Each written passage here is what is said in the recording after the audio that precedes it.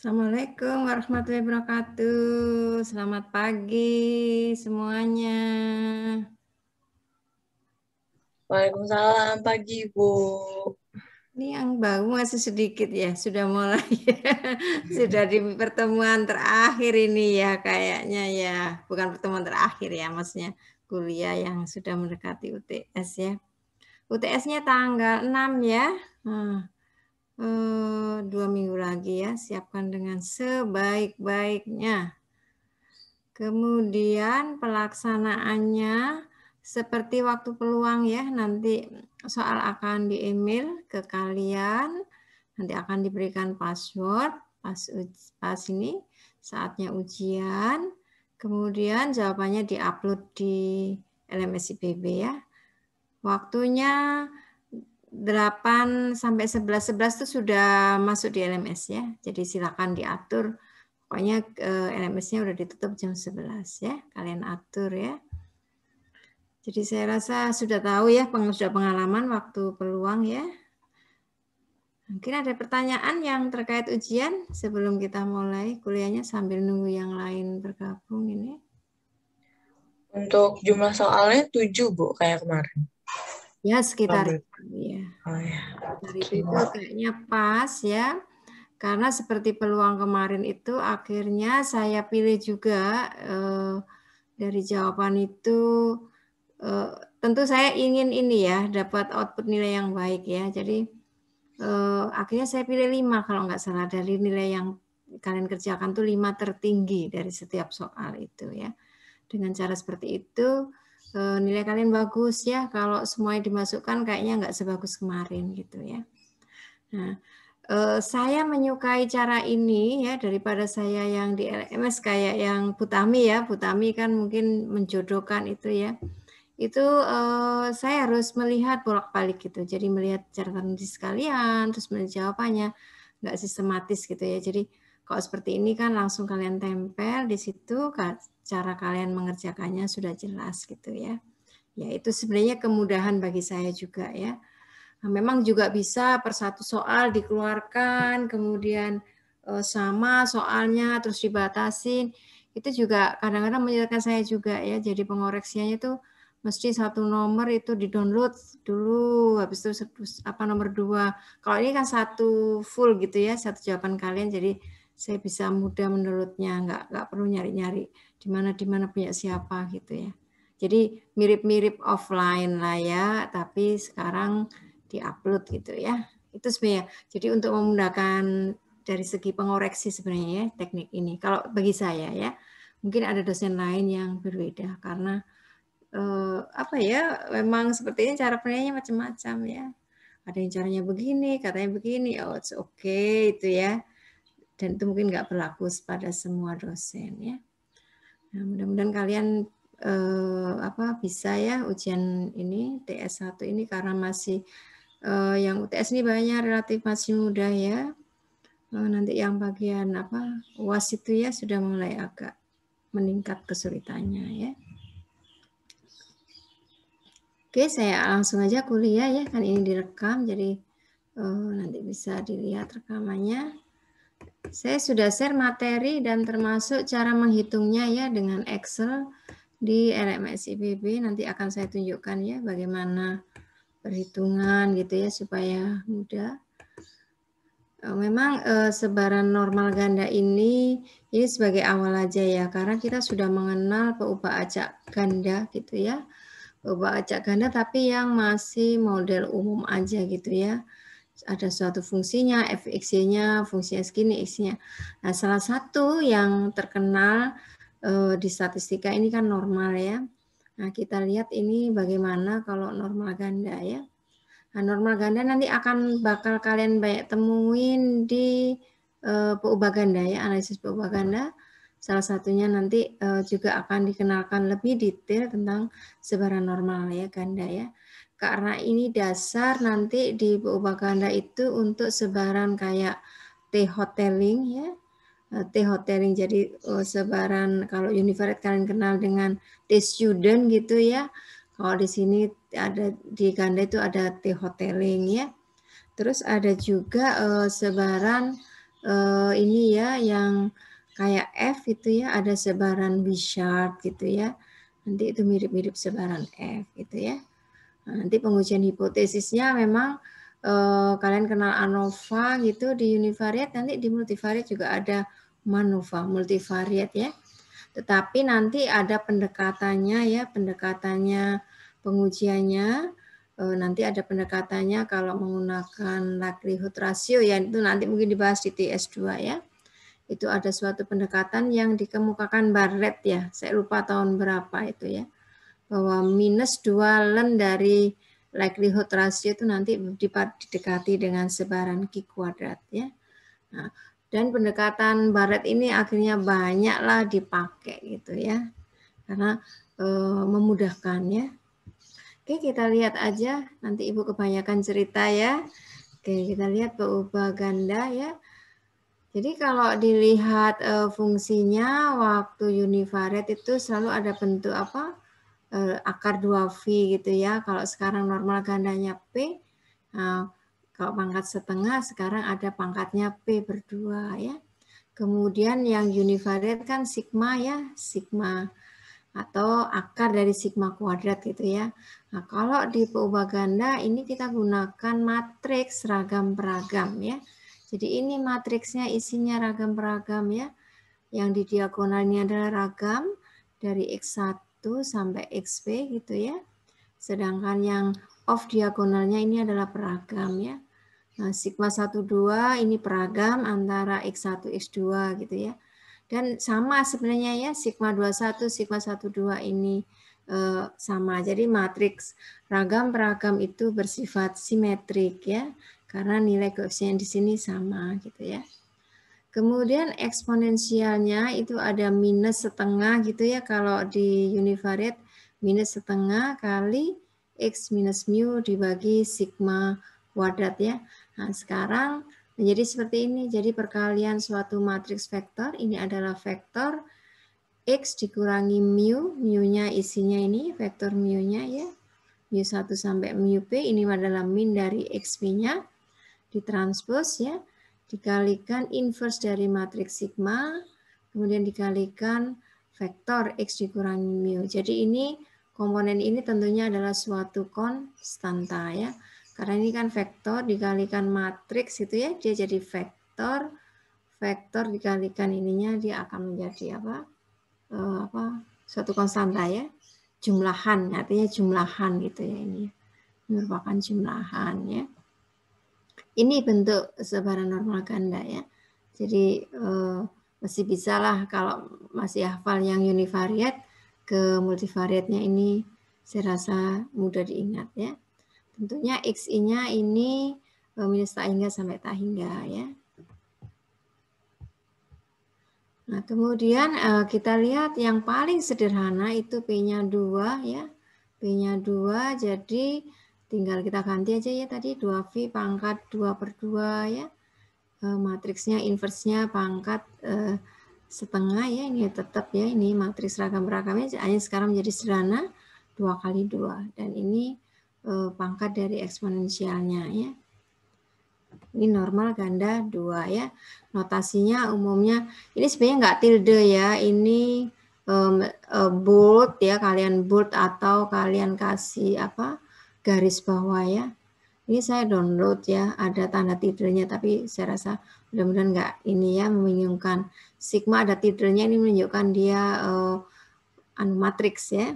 Ada tanda, kalau matriks kan notasinya itu kapital ya. Kapital ini kan juga sigma yang kapital ya.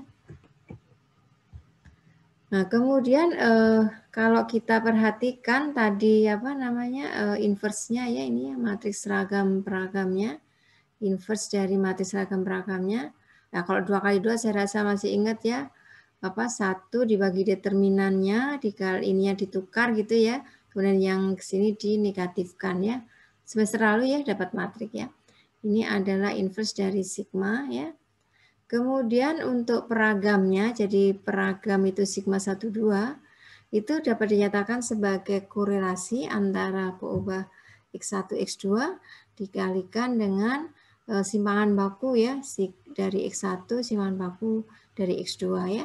Jadi ini bisa diperoleh dari rumus korelasi ya, yang sederhana sudah kalian peroleh bahwa sigma itu korelasi itu adalah peragam dibagi akar dari simpangan baku masing-masingnya ya.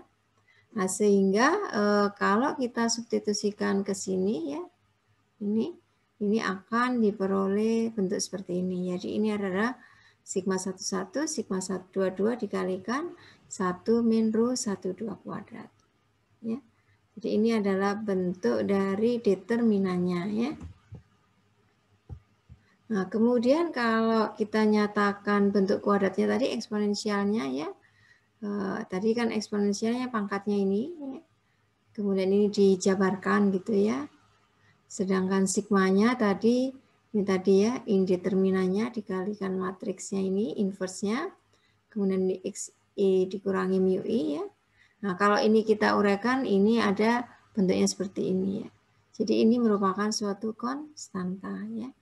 Atau ini dapat disederhanakan menjadi 1 dibagi 1 min rho kuadrat ya, sigma rho kuadrat korelasi antara X1 X2 dikalikan ini kayak yang Z-nya ya. X1 dikurangi mu1 dibagi simpangan bakunya itu kan kayak Z gitu ya. Z1 kuadrat ditambah Z2 kuadrat gitu ya. Kalau mau mudah mengingat dikurangi 2 kali korelasi ya. Z1, Z2 gitu ya. Jadi ada komponen ragamnya ini ya. Kalau korelasinya 0 antara X1 X2, komponen ini tidak ada ya. Ini juga menjadi 1 ya kalau nilai ini, sehingga bagian komponen eksponensial itu merupakan jumlahan dari ini aja Z1 Z2-nya ya. Jadi sekarang karena ganda ini kekasannya adalah adanya korelasi gitu ya. Nah, sehingga secara umum tadi yang fungsi kepekatan normal ganda itu dapat dinyatakan yang tadi bentuknya seperti ini, dapat dinyatakan seperti ini ya. Jadi ini adalah determinannya suatu konstanta ya. Nah, ini ya, di eksponensial minus ya, ini ada minusnya ya, nggak kelihatan ini kayak nyambung ya dengan tanda garis ya. Minus 1/2 ini ya, 1 min rho kuadrat kalikan komponen ini. Ya. Kemudian kalau dilihat grafiknya ya, ini adalah grafik sebaran normal ganda ya. Normal ganda. Nah, bentuknya kayak topi gitu ya, kemudian ada posisi turun, landai, dan tentunya nilai X1, X2 ini sampai tak hingga gitu ya, sampai tak hingga. Kemudian kalau dipotong-potong ya pada nilai Fx-nya gitu, jadi kalau pada nilai Fx ini sebentar ya, ini kenapa ininya goyang terus ya. Oke. Jadi kalau dilihat ini Fx-nya ini ya, kalau dipotong-potong, pada ketinggian Fx1, X2 tertentu ya, kalau dipotong-potong itu nanti ada elips-elips gitu ya. Jadi kalau ditumpuk gitu di dalam potongan-potongan tadi, dia akan membentuk kayak kontur-kontur gitu ya. Bisa dibayangkan ya, jadi kalau dipotong, kemudian potongannya ditumpuk-tumpuk, pada nilai tertentu Fx1, X2, dia akan membentuk seperti elips ya, elips yang ada kontur-konturnya gitu ya. Nah, secara umum ya ini ya, pada dimensi P ini semua X yang memenuhi ya, yang bagian ini bagian pangkat dari eksponensialnya ya ini ya, X min mu transpose ya, ini vektor dikalikan inverse sigma dikalikan dengan X min mu ya, ini sama dengan C kuadrat. C kuadrat ini konstantanya, konstanta pada saat konturnya ini fungsinya ini dipotong gitu ya. Ini bentuk konturnya seperti ini. Jadi kalau tadi dipotong-potong bisa konturnya yang luar tadi ya. Mungkin juga ada yang pada titik C tertentu kita dapatkan kontur yang lain ya. Jadi ini kalau dibayangkan pada hanya dimensi ini ya X1, X2 saja ya. Jadi kebayang bahwa Fx-nya itu ada pada kontur-konturnya ini tadi ya. Nah, konturnya ini tadilah yang diberi nilai C ya, konturnya yang diberi nilai C ya. Ini ya. Ini C kuadrat ya.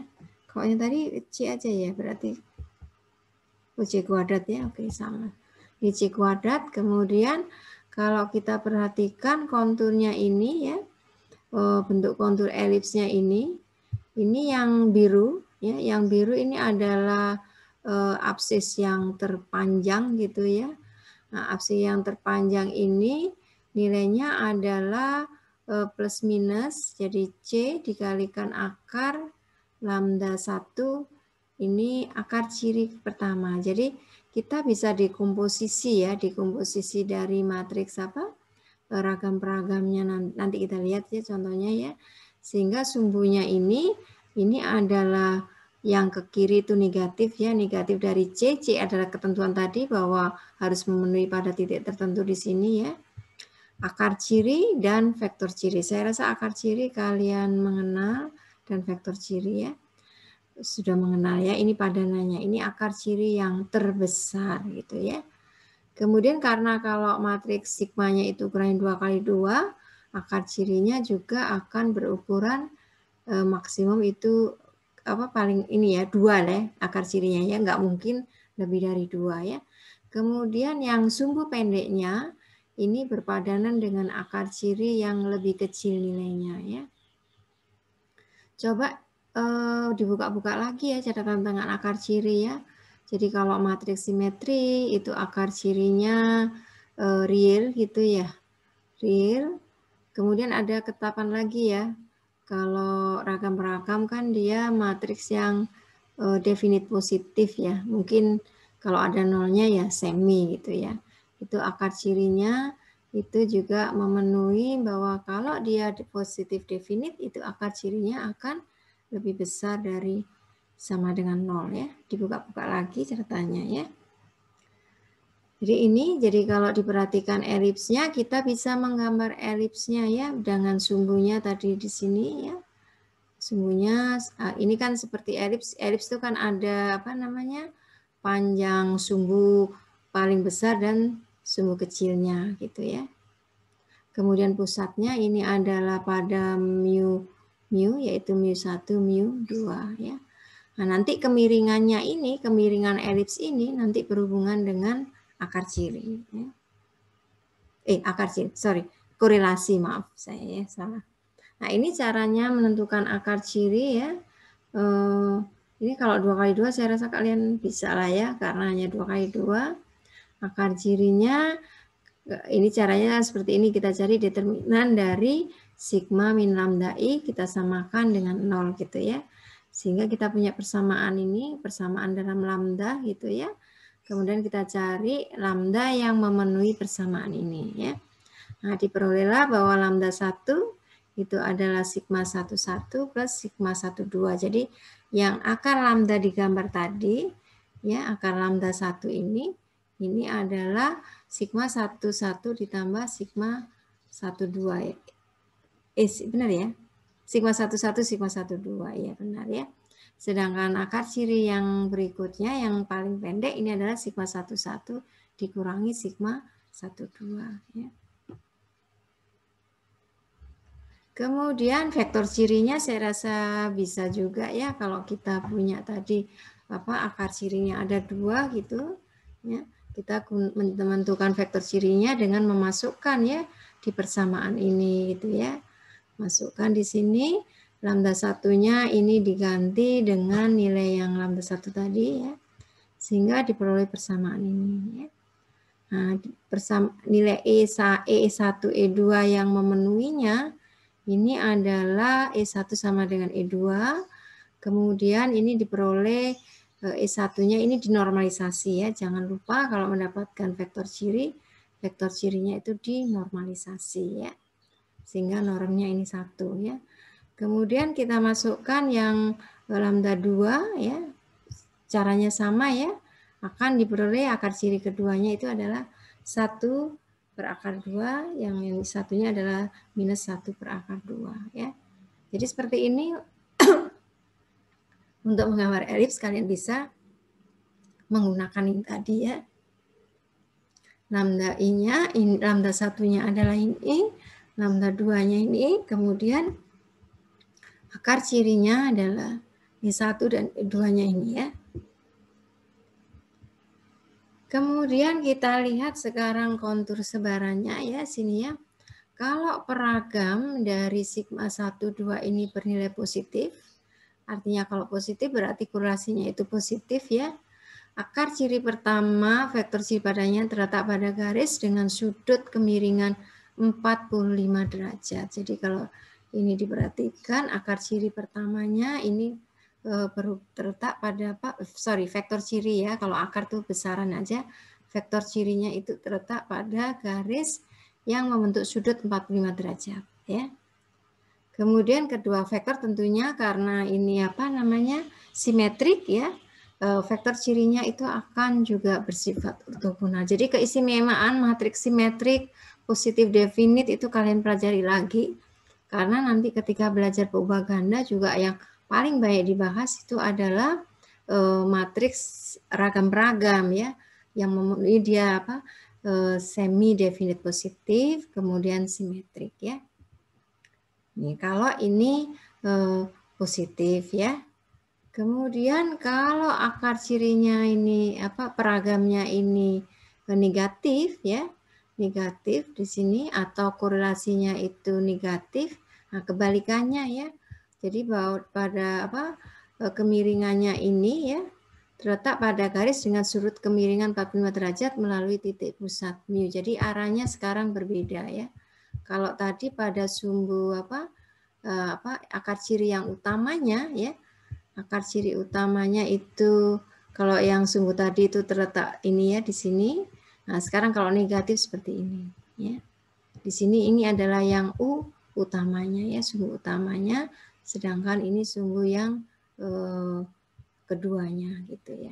Jadi perbedaan seperti ini kalian pahami ya. Jadi kalau arah elipsnya tadi searah tadi itu X1, X2 tadi ya, itu posisinya yang ini adalah positif ya, positif seperti ini. Sumbunya yang mayor itu, sumbu mayor ya. Saya seringnya kalau di multivariate dikatakan sebagai sumbu mayor karena dia yang terbesar. Ini adalah sumbu minor ya. Sumbu mayornya terletak seperti ini kemiringannya ya, ini X1, X2-nya. Kemudian kalau yang negatif kebalikannya ya, sumbu mayornya terletak di sini. Ya. Kemudian ketika korelasinya ini 0 ya, korelasi atau ru ya, ini ya mestinya ru, korelasinya 0. Tadi mungkin sudah saya singgung ya, ketika korelasinya 0, ini akan 0, dia akan menjadi seperti ini ya. Kemudian ini 0 jadi tinggal minus setengah gitu ya. Kemudian yang ini komponen ini akan 0 sehingga bentuknya menjadi seperti ini. Kemudian kalau diuraikan ya, dikelompokin yang X1, X2 akan menjadi seperti ini. Jadi ketika korelasinya 0, maka sebaran normal ganda itu merupakan perkalian dari sebaran normal untuk X1 dikalikan dengan sebaran normal untuk X2. Jadi perkalian fungsi kepekatan marginalnya. Ini istimewanya ya kalau korelasinya 0 ya. Tapi ketika peubah ganda justru ini dihindari ya. Jadi harus ada korelasi ya. Nah, kemudian ketika korelasinya 0, nah bentuknya ini kalian bisa lihat ini membentuk suatu lingkaran seperti ini ya. Nah, makanya ketika kalian belajar korelasi gitu ya, melihat korelasi, plot tebarannya kan ya. Kalau tebarannya itu nggak punya pola gitu ya di sekeliling ini korelasinya 0 ya, seperti itu. Jadi hanya lingkaran seperti ini, korelasinya ini 0 ya. Nah, kemudian kontur. Nah, konturnya sebaran normal ganda tadi yang sama dengan C ya. Ini nanti banyak dipakai untuk pengujian ini ya, normal ganda. Nah, nanti ketika menguji normal ganda itu kita harus memeriksa konturnya ini ya. Konturnya ini ada sekian persen gitu ya, jatuh di dalam nilai Q kuadrat tabel gitu ya. Nah, jadi nilai kontur ini ya, elips ini nilainya adalah lebih kecil sama dengan Q kuadrat derajat bebas P. P-nya ini sesuai peubahnya ya. Jadi X1 sampai XP berarti ininya adalah P ya. Alfa tentunya signifikansi yang ditetapkan ya. Nah, sehingga dengan membangun ini kalian juga bisa membangun nanti selang kepercayaan gitu ya, seperti ini ya. Atau kalau ini nyatakan peluang, sama saja bahwa peluang X ya di antara X konturnya terletak ya di bawah Q kuadrat alfa, itu peluangnya akan 1 minus alfa ya. Ini akan sering dipakai untuk peubah ganda nanti ya. Biasanya peubah ganda ini alfanya 50%. Jadi kalau amatan tuh banyak jatuh kontur-konturnya jatuh pada nilai Q kuadrat alfa 50%, itu bisa dikatakan sebarannya menyebar normal ganda. Nah, ini sebaran marginal, cara menentukannya prosesnya sebenarnya sama ya. Ketika belajar peubah acak ganda itu ya. Jadi untuk mencari marginal bagi X ini kita integralkan fungsi bersamanya terhadap Y2 gitu ya. Nah, prosesnya nanti kalian pelajari aja. Ini sudah saya kasih tanda-tanda gitu ya. Mana yang pindah, mana yang dihapus. Nah, supaya memudahkan aja. Kalau ini saya ceritakan terlalu lama, kalian pelajarin aja ya. Nah, di sini akan diperoleh, saya tunjukin hasil akhirnya saja ya. Ini fungsi sebaran marginal bagi X1. Kalau kita perhatikan ini hasil akhirnya kan seperti ini ya, setelah proses tadi dimodifikasi gitu ya. Intinya semuanya dimodifikasi. Modifikasi karena ini batasnya tak hingga, ada bentuk eksponensial minus setengah, ini sudah pasti ke sebaran normal lah. Jadi kita modifikasi gitu ya. Nah, ini bentuknya seperti ini. Nah, kalau kita perhatikan ini sebarannya sebaran normal ya. Ini yang menjadi peubahnya ini X2 ya. Ini adalah kita anggap sebagai suatu minnya gitu ya. Kemudian ragamnya dia ada bentuk seperti ini. Ya. Nah, sehingga supaya integralnya menjadi 1 gitu, kita harus modifikasi. Ini kan ditambahi 1 per gitu ya, akar 2V ya, sigma gitu ya. Sigmanya ini juga harus dimasukkan di sini gitu ya. Nah, ini ya, jadi setelah dimodifikasi, ini, nah ini tambahkan komponen ini ya, tadi akar 2V ya, ini adalah sigmanya ini. Nah, ini nilainya akan 1. Sehingga kita dapat fungsi kepekatan marginal bagi X1 ini ya. Ini fungsi kepekatan marginal bagi X1 ya. Kemudian ini adalah nilai harapan dari sebentar. Fungsi jadi ini menjelaskan di sini ya masih ya. Nah, sehingga kalau kita lihat ini menjelaskan masih sini ya. Jadi ini adalah fungsi integral, tadi sudah saya jelaskan sebelumnya. Ini minnya, ini ragamnya ya. Nah, sehingga kalau kita lihat fungsi kepekatan marginal X1 ini sebenarnya normal ya. Sebenarnya normal. Nah, dengan cara yang sama nanti kalian bisa mendapatkan juga untuk X2. X2 juga akan diperoleh marginalnya itu normal ya. Jadi artinya kalau X1, X2 itu X1, X2 itu menyebar normal ya, normal ganda gitu ya. Marginalnya akan mempunyai sebaran masing-masing normal. Tetapi tidak berlaku ketika kalau X1 normal, X2 normal, keduanya kalau digabung akan mempunyai sebaran normal ganda. Ya, jadi ini hanya berlaku dari ini ya, jika dan maka aja ya. Jadi kalau jika X1, X2 normal ganda, maka fungsi kepekatan marginal X1 dan fungsi kepekatan marginal X2 akan punya sebaran normal. Tidak berlaku sebaliknya ya. Oke, ini kita lihat sekarang bersyaratnya ya. Memang sebaran normal ini menarik ya, karena bersyaratnya juga dia akan normal gitu ya. Nah, sebenarnya konsep bersyarat juga sama dengan yang definisi pada pembajak ganda ya. Jadi ini adalah rasio dari apa? Fungsi kepekatan bersamanya dibagi dengan marginalnya ya, marginal yang menjadi syaratnya ya. Nah, ini dimasukkan aja semuanya ya. Nah, nanti kalian juga baca aja, saya nggak jelaskan, ini pasti tidak menarik ya kalau jelaskan ini. Tapi ini wajib tahu aja ya. Wajib tahu cara penurunannya ya. Nah, dari sini ini diperoleh bentuknya seperti ini ya. Jadi kalau X2 dengan syarat X1 bernilai X1, dia akan punya sebaran normal ya. Minnya ini adalah mu2 ya. Jadi min dari mu2 tapi ditambah di sini ditambah dengan ini ya nilai X1 yang menjadi syaratnya tadi dikurangi minnya. Jadi jaraknya X1 terhadap pusatnya mu1 dikalikan korelasi ya. Kemudian dikalikan dengan simbangan baku ya. Dari yang 2 dibagi dengan simbangan baku untuk X1-nya ya. Ini minnya. Kemudian ini adalah ragamnya.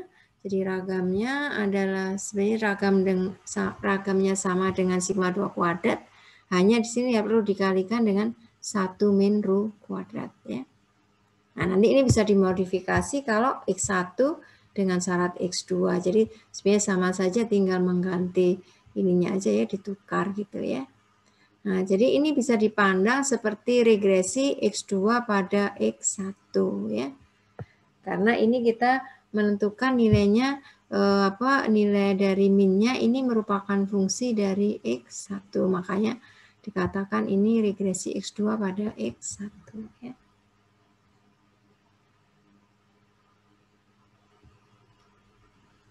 Oke, jadi yang X1, X2 kalian bisa nurunkan. Nah, ini yang sebagai ringkasan ini bahwa kalau fungsi X1, X2 mempunyai sebaran normal ganda, ya, fungsi kepekatan marginalnya masing-masing ini adalah normal, ya. Jangan dibalik, ya. Kemudian untuk bersyarat, fungsi kepekatan bersyaratnya dia normal. Ini enaknya lihat ini aja ya, normal. Nah, ini bisa dipandang X2 itu adalah fungsi terhadap regresi X1 gitu ya. Kalau X1 terhadap X2 dia merupakan fungsi dari X2 ya. Jadi tinggal mengganti posisi ininya aja ya, sesuaikan dengan pembacanya. Kemudian ini sebagai ilustrasi ya. Ilustrasi dengan data Galton. Galton ini sangat terkenal ya, Francis Galton. Dia adalah penemu analisis regresi ya yang kalian kenal ya. Itu berangkat dari idenya Galton ini. Jadi Galton ini ingin meneliti apakah tinggi badan anak itu merupakan fungsi dari tinggi badan kedua orang tuanya gitu ya. Nah, ini penelitiannya dia tahun 89 ya. Cukup berapa ratus tahun yang lalu ya ini ya. Oke, jadi yang diamati ini adalah tinggi anak dewasa dalam inch ya. Kemudian yang diamati ini adalah mediannya ya dari nilai kelompoknya ini. Nilai median dari kelompok-kelompok ini ya. Nah, saya nggak tahu ada D ini salah tulis atau apa ya. Mungkin ini salah tulis ya. Ini salah tulis ya. Kemudian jadi tinggi anak dewasa ini dikalikan dengan 1,8, jadi ada suatu faktor gitu ya, supaya sama dengan pria gitu ya, karena datanya ini tentunya campuran pria dan wanita ya. Nah, kalau batas bawahnya ini ya, kalau kita lihat ini tinggi badan di sini, yang YY ini adalah tinggi badan dari apa yang diamatin ya. Yang diamati ini per kelompok gini ya. Jadi ada per kelompok ini medianya 62,2 in gitu ya. Sampai yang di sini ini medianya 73,7. Maksudnya itu ya, median per kelompok. Per kelompok dari tinggi badan rata-rata kedua orang tua ya. Kemudian tinggi badan dari kedua orang tuanya ini dibuat rata-rata ya. Setelah tinggi wanita ini dikalikan 1,08. Jadi tinggi saya dikalikan 1,8 ditambah suami saya dirata-ratakan ya.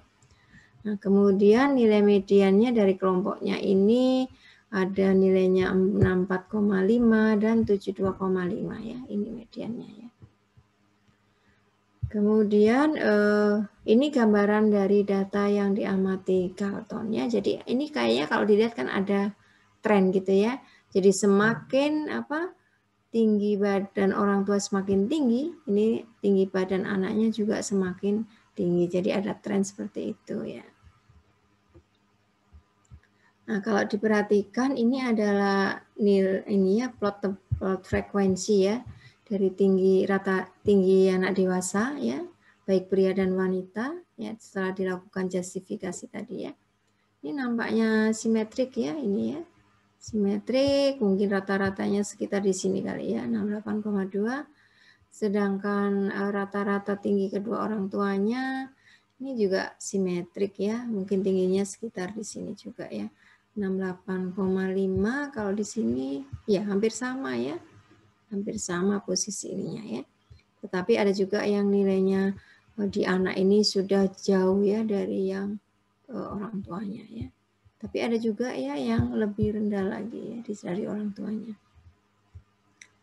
Nah, kemudian kita gunakan ya ini data Galton ini untuk sebaran normal ganda. Jadi data empiriknya ini ada 924 pasangan ya.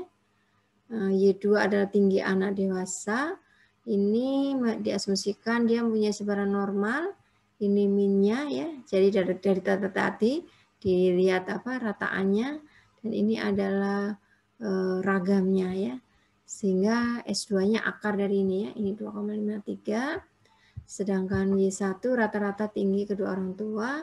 Ini punya sebaran normal ya 68,3 dan ini ragamnya. Kemudian kalau diperhatikan peragamnya itu 2,02 atau korelasinya ini 0,45 ya. Nah, kalau dikuadratkan korelasinya ini 0,2 ya. Kita ingin menghitung ya berapa sih nilai harapan dari tinggi anak dewasa ketika orang tuanya mempunyai tinggi badan tertentu gitu ya. Tinggi badannya sekian gitu ya. Nah, berarti kita harus menentukan dulu nilai harapannya ya. Kita gunakan yang fungsi normal tadi ya, Y2 dengan syarat kalau orang tuanya tingginya Y1. Nah, kita gunakan aja formula tadi kan mu2 ya, ditambah Y1 dikurangi mu1 dikalikan korelasinya ya, simbangan baku dari 2 dibagi simbangan baku 1 ya. Nah, sekalian kalian bisa lihat kalau dimasukkan, nah inilah, ini yang dikatakan tadi regresi ya. Jadi tinggi badan anak itu merupakan fungsi regresi dari orang tua dengan slope-nya ini adalah 0,638 dan intercept-nya 24,5 gitu ya. Kemudian ragamnya kita bisa masukkannya formulanya seperti ini ya. Ragamnya ini 2,26 ya. Nah, sekarang kita lihat kalau tanpa syarat ya. Ketika ini tanpa syarat berarti hanya normal biasa gitu ya. Ini kan rataannya 68,1 ya. Kemudian sigmanya ini 2,53 ya. Sedangkan kalau dengan syarat bagaimana kalau tinggi orang tuanya 63,5, maka nilai harapan tinggi anaknya itu 65 ya. Ragamnya tentunya sama ini ya. Ketika tinggi rata-rata tinggi orangnya 72,5, maka nilai rata-rata tinggi badan anaknya adalah 70,8 ya. Jadi ini sebagai ilustrasi ya supaya memahami tentang sebaran normal ganda. Nah, ini gambarnya ya, ini ilustrasi data Galton tadi. Ini adalah data Y1, ini Y1 sumbu Y1 ya. Yang sini adalah sumbu Y2 dan ini nilai Fx-nya ya. Nah, ini ada ininya ya, warna ini. Jadi kalau yang biru itu kisarannya biru itu berarti yang dasar ini ya, yang paling dasar ini. Ini adalah Fx-nya bernilai 0 sampai 0,05 gitu ya. dan seterusnya sampai yang ungu muda, ini fx-nya di antara 0,035 sampai 0,04 ya.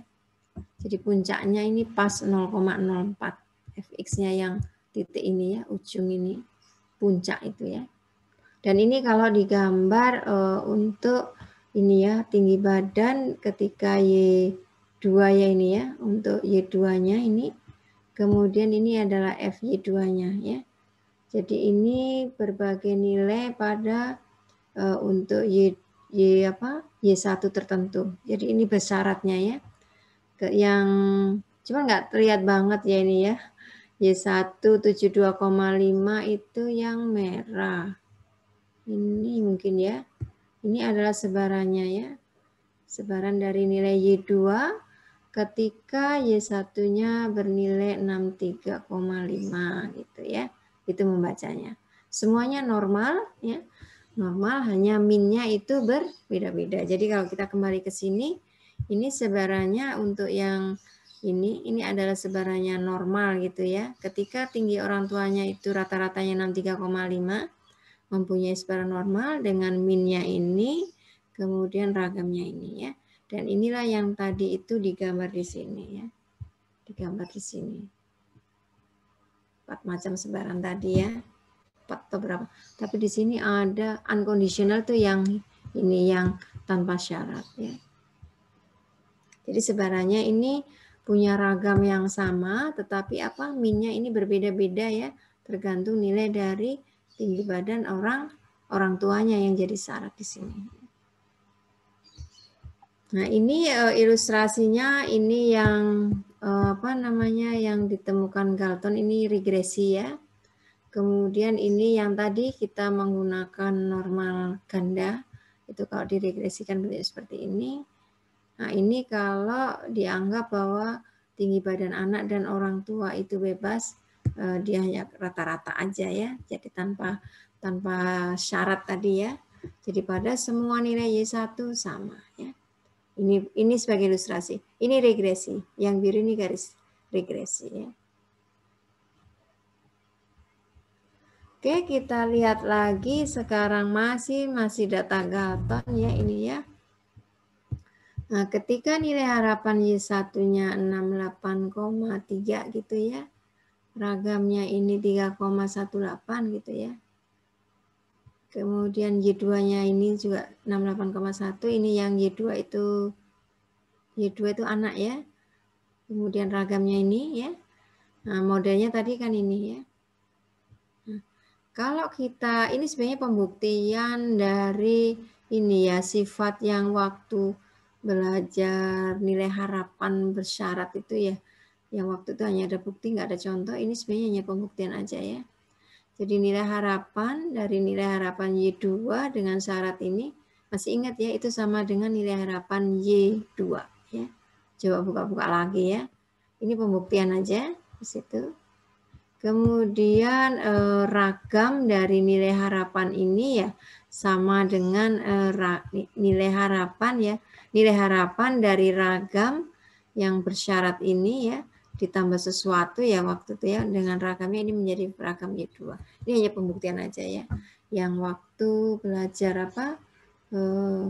nilai harapan dan ragam ya untuk bersyarat ya. Jadi ini ragam Y2 dengan syarat Y1 ini maka nilai harapannya sama dengan konstanta ya. Kemudian ragam dari Y2 dengan syarat Y1 ini sudah ada fungsinya. Kita peroleh 1,29 ya. Kemudian kita hitung nilai harapan dari ragam ya. Y2 ditambah ragam dari nilai harapan ya. Jadi nilai harapan dari ragamnya ini konstanta 5,11 dan ragam ini adalah 1,29. 6,40 ya. Dan ini sama dengan ragam Y2.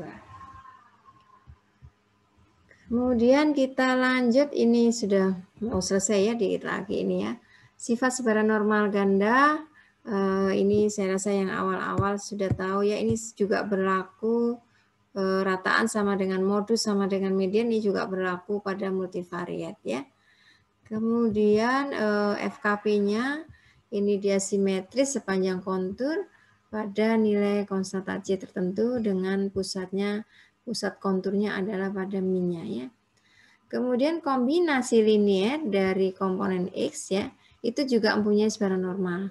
Jadi kalau X1, X2 gitu ya, mempunyai sebaran normal ganda 2, maka X1 tambah X2 juga akan mempunyai sebaran normal. Hanya nilai harapannya harus dihitung gitu ya.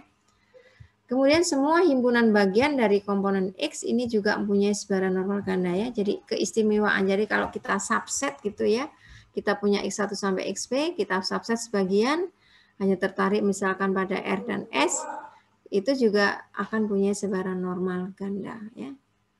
Peragam yang bernilai 0 berimplikasi bahwa komponen padanya dari X itu bersifat bebas stokastik ya. Jadi kalau peragamnya 0 ya, itu akan XI-nya, misalkan apa tadi, peragam dari X1, X2-nya 0, maka perubahan X1 dan X2-nya itu bersifat bebas stokastik ya. Sebaran bersyarat dari komponen X-nya juga merupakan sebaran normal. Jadi keistimewaannya normal seperti ini, kombinasi linearnya normal ya, himpunan bagiannya juga normal, kemudian sebaran bersyaratnya juga normal. Indah ya normal itu ya. Jadi saya juga nggak tahu ya kenapa ini kan namanya sebenarnya sebaran Gauss ya, tapi akhirnya disebut normal, mungkin normal itu paling bagus sekali ya. Jadi ini ya, jadi kalau kita mau ingin kombinasi tadi yang saya sebutkan AIXI gitu ya, jadi ini suatu konstanta, dia akan punya sebaran normal juga ya. Nah, nilai harapannya A transpose mu, ragam beragamnya adalah A transpose dikalikan sigma, matriks ragam beragamnya ini ya, dikalikan dengan A, vektor A ya. Dan jika A transpose X ini menyebar normal P ya, normal ukuran ini ya P. Jadi kalau kita kombinasikan AX ini punya normal P dengan ragam mu dan sigma, maka untuk setiap vektor A, maksudnya ini berlaku untuk setiap vektor A, maka X-nya juga akan punya sebaran normal ya. Kemudian sifat yang kedua tadi ya, kalau kita ambil sembarang kombinasi linier gitu ya, jadi kita punya kombinasi linier seperti ini ya, ada AX ya, ini A-nya beda-beda, A-nya beda-beda. Nah, AX ini juga akan punya sebaran normal ya. Sebaran normalnya ini ada vektor A-nya ya, dikalikan mu. A ini tentunya elemennya yang ini ya, koefisien di sini ya. Dan matriks ragam-ragamnya adalah A dikali sigma kali A, karena ini bentuknya matriks ya. Nah, sehingga kalau D ini merupakan vektor konstanta ya, maka X plus D ini juga akan mempunyai normal ya, P nilai harapannya adalah mu plus D ya, karena ingat ya sifat sebaran normal univariat, kalau nilai harapan dari X plus A kan nilai harapan X ditambah A. Tetapi ragam-ragamnya ini tidak berubah ya, karena ragam dari X plus A sama dengan ragam X, dan masih mirip ya ini ya. Kemudian sifat ketiga tadi kalau kita mensubset gitu ya, kita subset di sini X, ini disubset sebagai ini ada P, di sini P min Q, jadi totalnya tetap X gitu ya. Minnya juga demikian. Lah subsetnya Q ini, ya, ini akan punya sebaran normal. Minnya yang ini, matriks ragam-ragamnya yang di sini ya. X2 dia akan mempunyai min 2, matriks ragam-ragamnya di sini. Ini ya. Cantiknya sebaran normal ya, sangat bagus sifat-sifatnya ya, makanya sering dipakai ya. Kemudian ini sifat keempat ya, jadi kalau X1 punya sebaran ini NQ1 ini ada sebanyak Q gitu ya, N2 ini ada Q2, dia dikatakan bebas ya, maka peragamnya ini akan 0 ya. Ini tentunya sama ya ketika belajar di univariate ya. Jadi karena ini bebas cukup dituliskan aja ya ininya ya. Oh ini jika ini mempunyai normal Q1 plus 2, ya bebas ini berarti ini peragamnya ini 0 ya. Kemudian kalau X1 menyebar normal Q1, X2 menyebar normal Q2 ini bebas ya. Jadi sekarang kalau ini bebas ya, ini bentuknya seperti ini ya. Jadi ini berlaku bolak-balik ya berarti ya. Jadi kalau ini bebas, X1, X2 bebas, jika dan hanya jika peragamnya 0. Kemudian kalau ini bebas, ini tentunya juga peragamnya 0 ya. Kemudian ini kalau X mempunyai sebaran normal ganda mu sigma ya. Sigma tentunya syaratnya harus besar 0 ya. Ini tadi ya yang sifat ini akan mempunyai kontur ya ini ya X min mu inverse sigma, sigma inverse-nya X dikalikan X min mu ini akan punya sebaran Q kuadrat ya. Dan nanti ini bisa digunakan untuk membuat selang kepercayaan ya untuk konturnya. Kemudian satu lagi nih ya, mudah-mudahan sudah nggak ada lagi. Oh masih ada ya. Ini adalah matriks seragam X ya, mempunyai ini vektor X, J, dikasih notasi J, normal, ukuran P ya. Matriks apa ini? Vektor minyak adalah mu J, ragam-ragamnya sigma. Ini saling bebas, jadi kalau kita nyatakan ini saling bebas ya, maka kombinasi liniernya dia juga akan punya sebaran normal dan ini hanya di ini aja ya, tinggal dikalikan apa CC-nya mu C-nya. Kemudian untuk ragamnya ini dikalikan dengan sigma CC kuadrat. Jadi koefisien dari C ini dikuadratkan, dijumlahkan, dikalikan dengan matriks sigmanya ya. Demikian juga untuk V2 ini sebenarnya sama sih ya. Kalau ini saling bebas jadi kita bisa membuat kombinasi bermacam-macam ya di sini ya. Oke, ini ragam-ragamnya ya. Jadi kalau bebas, nah kemudian kalau ini disatukan ya ini ya yang C sama yang B ini ya. C yang disatukan ya. Nah, di sini B kali C ya. Sehingga di sini V1 dan V2 ini bersifat bebas jika dan hanya jika B dan C-nya ini 0. Jadi kalau V1 ini kombinasi XJ ya, kita punya kombinasi linear, V2 juga kombinasi linear. Kemudian kalau ini disatukan dalam bersama ya, V1, V2, ini minnya saya rasa tahu, minnya tinggal ini dengan ini. Nah, matriks ragam beragamnya bentuknya seperti ini. Nah, kedua kombinasi linear ini bebas kalau ininya kan 0. Ininya 0 ya. Nah, ininya 0 itu bisa dipenuhi, kalau sigma kan nggak mungkin 0. Kalau 0 berarti ya kita harus melihat bahwa hasil kali vektor B transpose dengan C itu bernilai 0. Ya. Itu baru dikatakan bahwa V1 dan V2 saling bebas. Ya. Kemudian ini untuk ini ya penyederhanaan menghitung sebaran syarat kalian bisa menggunakan formula tadi ya ini atau bisa juga ini kalau dinyatakan sebagai sederhana gitu ya ini mu2 kemudian mu1 dikalikan ru sigma 2 per sigma 1 ditambahkan dengan ru kalikan sigma 2 per sigma 1 kalikan x1 ya ini kalau mau menggunakan ini ya sehingga ini bisa dinyatakan sebagai C ya. C itu bagian komponennya ini. Kemudian B itu yang ini ya, bintang A. A itu X1 ya. Kami seperti ini. Terserah ya. Atau kalian langsung ini juga nggak masalah ya. Nah, ini ilustrasi lain ya. Nah, saya berikan ilustrasi supaya kebayang lagi. Sebaran AQ seorang ibu X dan anak perempuannya ini sebagai Y merupakan sebaran normal ganda dengan karakteristik X dan Y memiliki rataan 100. Jadi dua-duanya mempunyai min yang sama 100 dan simbangan bakunya ini 15. Keduanya sama ya. Korelasi antara X dan Y ini sebesar 0,6.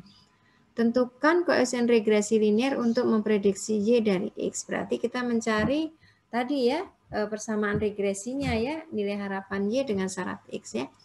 Kalian boleh menggunakan formula ini atau yang tadi ya. Tadi B itu kan ru sigma Y per sigma X. Ru-nya kan 0,6. Ragamnya kan sama.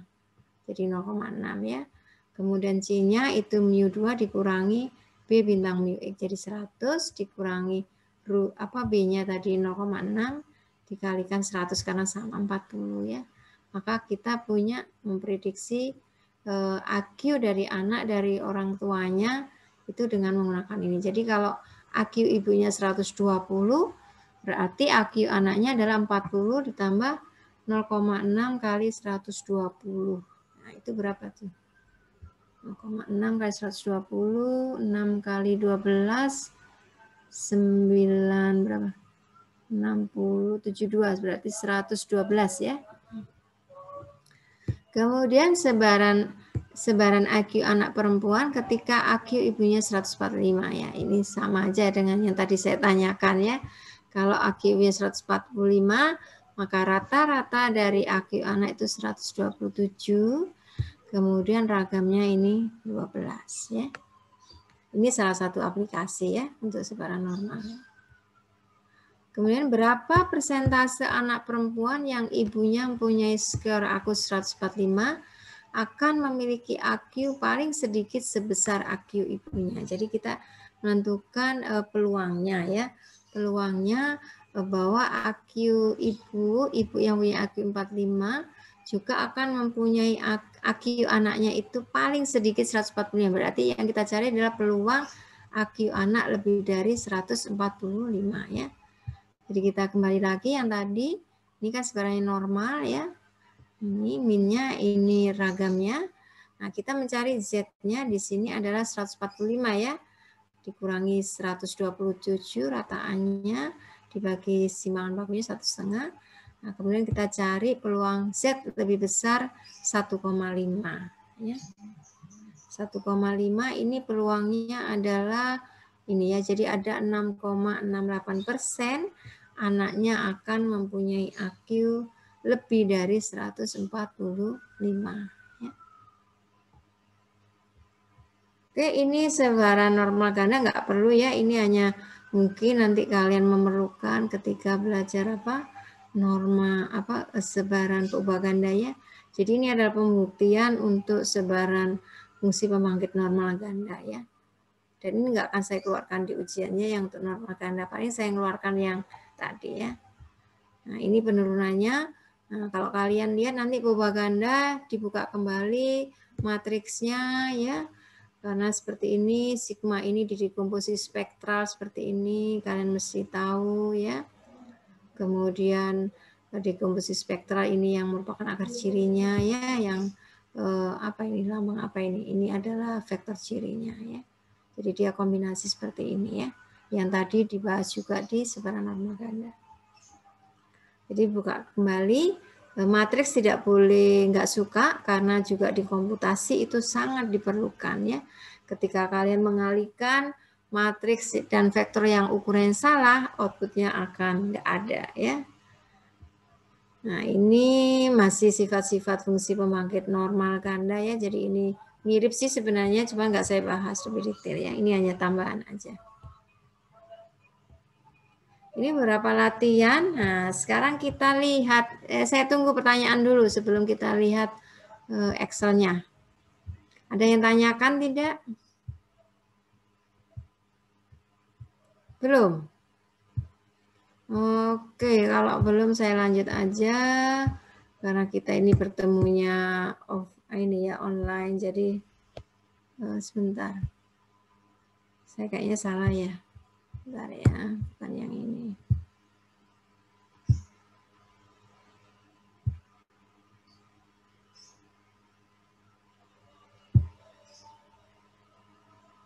Mudah-mudahan benar. Oke, ini ya. Yang terlihat yang mana ini? Sebentar. Sebentar, saya ini aja. Khawatirnya salah yang dilihat. Oke, ini udah terlihat. Contoh 1, ada contoh 1, contoh 2 ya. Udah terlihat? Oke. Jadi kita gunakan ya. Ini ada juga soal yang di situ ya. Jadi saya capture ini ya rumusnya yang tadi. Tinggal kita modifikasi aja ya X dan Y-nya. Misalkan X dan Y ini menyebar normal ganda ya dengan minnya mu X25, mu-nya 60, ragam X-nya 25, ragam Y-nya 9 ya. Dan korelasinya ini 0,8. Tentukan selang kepercayaan bagi mu Y dengan syarat X-nya bernilai 30 ya. Maka kita harus terlebih dahulu menghitung apa? Nilai ini ya, mu dan ragamnya. Jadi kita tuliskan dulu ini mu 1-nya 25 ya, mu 2-nya 60, sigma 1-nya 5 ya, sigma 2-nya 3, rho-nya 0,8 dan X-nya 30 ya. Ini kita tuliskan semua informasi yang ada di sini ya. Kita tuliskan. Kemudian kita menghitung mu dan sigmanya sesuai ini ya. Kita hitung ragamnya dulu boleh. Ragam itu kan sigma yang kedua ya, dipangkatkan 2 dikalikan 1 min rho-nya juga pangkat 2 ya. Diperoleh nilai ini. Kemudian kita hitung minnya. Minnya adalah ketika X 1-nya 30 ya. Minnya ini adalah mu 2, mu 2-nya 60 ya. Kemudian dikurangi dengan berapa ini? Kurung ya dari X1-nya 30 dikurangi mu-nya adalah 25 terus dikalikan dengan korelasi ya. Korelasinya dikalikan sigma 2-nya 5 dibagi sigma ini ya, sigma berapa ini? 1-nya 20 ya. Ini nilainya. Mudah-mudahan benar ya ini ya. Kadang-kadang coba ya kita cek ini. Pakai tanda lagi ya supaya benar. Mudah-mudahan kuatirnya salah. 57,6 ya. Nah, kemudian kita sudah punya ini ya, sudah punya ini. Nah, sekarang membentuk selang percayaannya. Nah, selang percayaan saya rasa kalian masih ingat ya belajar metode statistik ya. Kita lihat dulu apa 50/95 selang percayaan 95 ya. 95 berarti 0,25 ya. Nah, saya kayaknya salah ini. Mestinya ini 0,025 ya. Oke. Nah, kemudian ini berarti 975 ya. Oke. Nah, kemudian pertanyaan 95%. Salah saya ini ya, 95. Oke. Enggak sesuai yang tanyakan ya. Nah, 95% berarti ya kita tinggal ini aja kan ya, minnya tadi berapa? Minnya adalah saya tulis nggak apa-apa ya biar kelihatan deh. Saya tulis ya ini ya. Minnya adalah sama dengan ini tadi minnya ini ya. Kemudian dikurangi dengan nilai ini tapi sudah negatif ya, berarti plus aja ya. Plus dari ini ya. Bintang dari SQRT ya. Square root dari ini.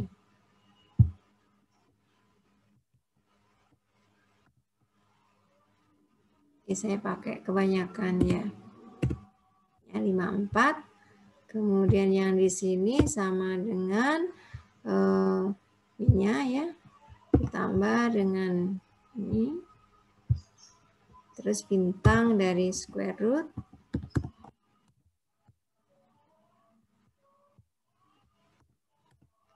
Ini adalah selang kepercayaan untuk Y ketika X-nya bernilai 30 ya.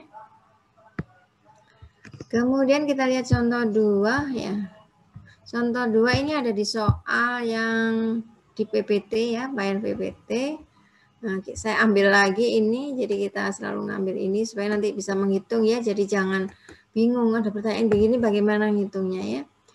Ini soalnya diketahui mu 1-nya 5 ya, mu 2-nya 10, sigma 1-nya 1 ya, akar 1 ya. Ini sigma 2-nya akar 25. Ini saya tulisnya ini ya, masih sigma kuadrat ya ini ya, ragam ya. Kemudian rho-nya ini memang tentukan, kita nggak tahu. Yang diketahui itu adalah ini ya. Yang diketahui peluang Y di antara 4 sampai 16 ketika X-nya 5 itu 0,954. Jadi ini yang diketahui. Ini yang diketahui ya. Oke. Nah, kita disuruh mencari row-nya yang tanyakan. Nah, kita kembali lagi ya ke definisinya ya. Jadi ragam itu adalah ragam dari Y itu kan kembali ke definisi ini tadi ya. Bahwa ragam dari Y-nya kan yang kedua ya. 25 dikalikan 1 min rho pangkat 2. Kita nggak bisa ngitung ya karena row-nya yang akan dicari. Kemudian nilai harapan Y-nya kita gunakan formula ini lagi tadi. Y2 itu adalah 10 ya. Ditambah. Kemudian ini kan X-nya 30 ya. 30. Oh, saya salah ya, maaf. Ini 5 ya. Oke, 5. Jadi makanya kok 30 kurangi 5. Jadi ini kan X-nya 5 dikurangi mu-nya ini 5 ya. Bintang rho ya, ini bersyukur nih ya. Ini 0. Sehingga nilai harapan Y ketika X5 itu 10 ya. Memang sengaja begitu ya soalnya ya supaya mudah menghitung ya. Kemudian peluangnya ini diketahui ya. Nah, di sini berarti alfa per 2-nya kan 0,023 ya. 0,023 sehingga kalau kita cari nilai Z-nya itu ya 2 lah, minus 2 sampai 2 gitu ya. Nah, kita kembali lagi ke sini. Nah, ini kita kembalikan ke Z ya. Jadi kalau kita ke Z ini kan 4 dikurangi minnya tadi 10 dibagi sigma bintang ya ini ya. Sigma bintang itu ini maksud saya. Ini ya. Ini saya sebutnya sebagai sigma bintang ya. Supaya nggak nulisnya kepanjangan gitu ya. Sigma bintang. Nanti kalian kalau baca sendiri bingung ya. Apa sigma bintang? Nggak ada definisinya ya. Dibagi sigma bintang. Kemudian Z ya. Terus yang kanan juga sama ya. 16 kurangi 10 dibagi sigma bintang. Nah ini kita samakan ya. Karena ini kan 0,954. Berarti itu adalah Z di antara minus 2 sampai 2. Nah, dari persamaan inilah kita nanti bisa mencari rho. Kita ambil aja ya yang kiri gitu ya. Kan ini 4 minus 10 dibagi sigma bintang ya. Ini kurang bintang. Itu sama dengan minus 2 ya. Nah, sigmanya berarti di sini kita masukkan aja. Ini kan 4 minus 10 minus 6 ya. Dibagi dengan apa? Minus 2 kan plus 3 ya. Jadi sigmanya sama dengan, benar ya? Ini ke kanan ya. Jadi sigmanya sama dengan 3. Kemudian ini sigma bintang. Maaf lagi. Ini mestinya bintang. Nah, sigma bintangnya sama dengan 3. Nah, kita samakan tadi dengan persamaan yang di sini tadi. Nah, jadi sigma bintang itu berarti kan oh iya ya, ragam dengan sigma kita campur aduk ya ini ya, sebentar. Ini adalah sigma 33. Pengertian di sini udah benar ya. Ini berarti ini aja ya. Kasih tanda akar aja ya supaya nggak berubah banyak gitu. Kita kasih akar aja ya. Seperti ini ya. Oke. Ini juga sama. Ini kita harus kasih akar ya. Kita kasih akar. Memang enaknya ditulis ya kalau udah gini ya. Oke. Cuman kita ngitung itu apa masalahnya ya. Kalau nggak ngitung gitu bisa pakai board gitu ya. Oke. Nah, sigma bintang udah bener ya definisinya itu akar dari ini. Nah, sigma bintangnya tadi kan 25 dikalikan 1 min rho kuadrat. Akar ya ini sama dengan 3. Maka kita bisa dapatkan rho-nya ya. Rho adalah akar dari 1 min 3 pangkat 2 dibagi 25. Diperolehlah akarnya ini ini sebesar 0,8 ya. Oke.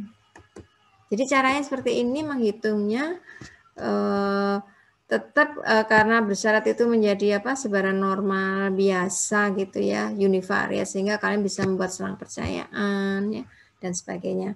Hanya bedanya tadi ya, kalau ganda itu selalu ada rho-nya. Jadi bersyaratnya itu masih mengandung korelasi ya. Ada yang tanyakan tentang perhitungan ini? Ibu boleh bertanya? Di perhitungan 1 tapi. Iya. Iya. Itu kalau saya lihat di rumus EY X-nya itu kenapa dikurangi ya Bu? D19-nya itu kan seharusnya mu2 dikurangi. Oh. Saya kan di rumusnya itu ditambah, kok dikurangi ya di Excel? Dikurangi ya? Oh, sebentar. Oh iya ya. Sebentar, ini mestinya plus ya? Oh. Plus ya mestinya ya? Oke, mu2 plus X2, X-nya ini D23. Oke, kamu jadi juga nih melihatnya.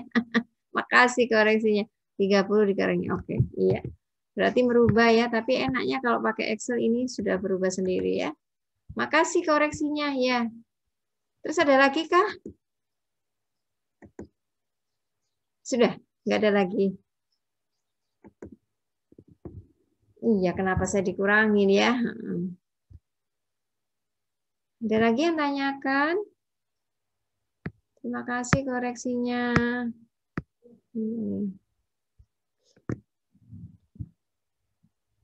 Nggak ada? Oke, kalau nggak ada pertanyaan, ya untuk ujian tengah semester banyak semua materi yang diberikan, kecuali yang pertemuan kedua ya.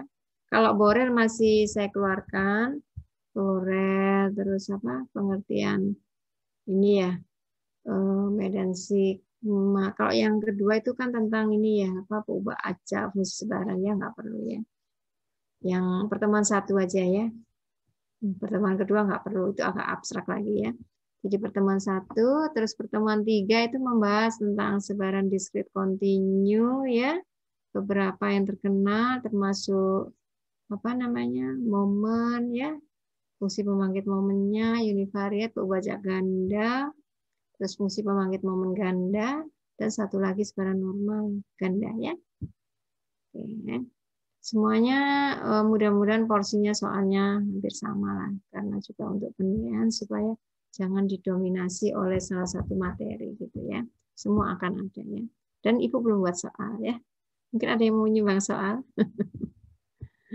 Oke, kalau nggak ada pertanyaan Ibu tutup. Mudah-mudahan sukses ya ujiannya, semua dapat nilai yang menggembirakan ya. Itu pun juga harapan saya ya. Nggak hanya kalian yang berharap, saya juga demikian ya.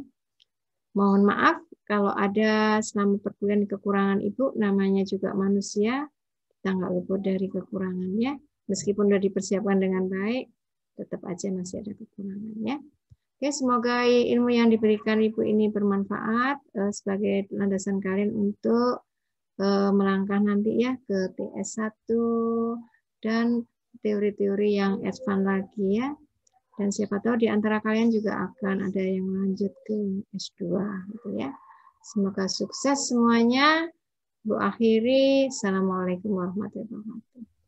Waalaikumsalam. Waalaikumsalam. Terima kasih banyak Bu. Waalaikumsalam. Makasih banyak Ibu. Terima kasih, Ibu minta doanya ya Bu.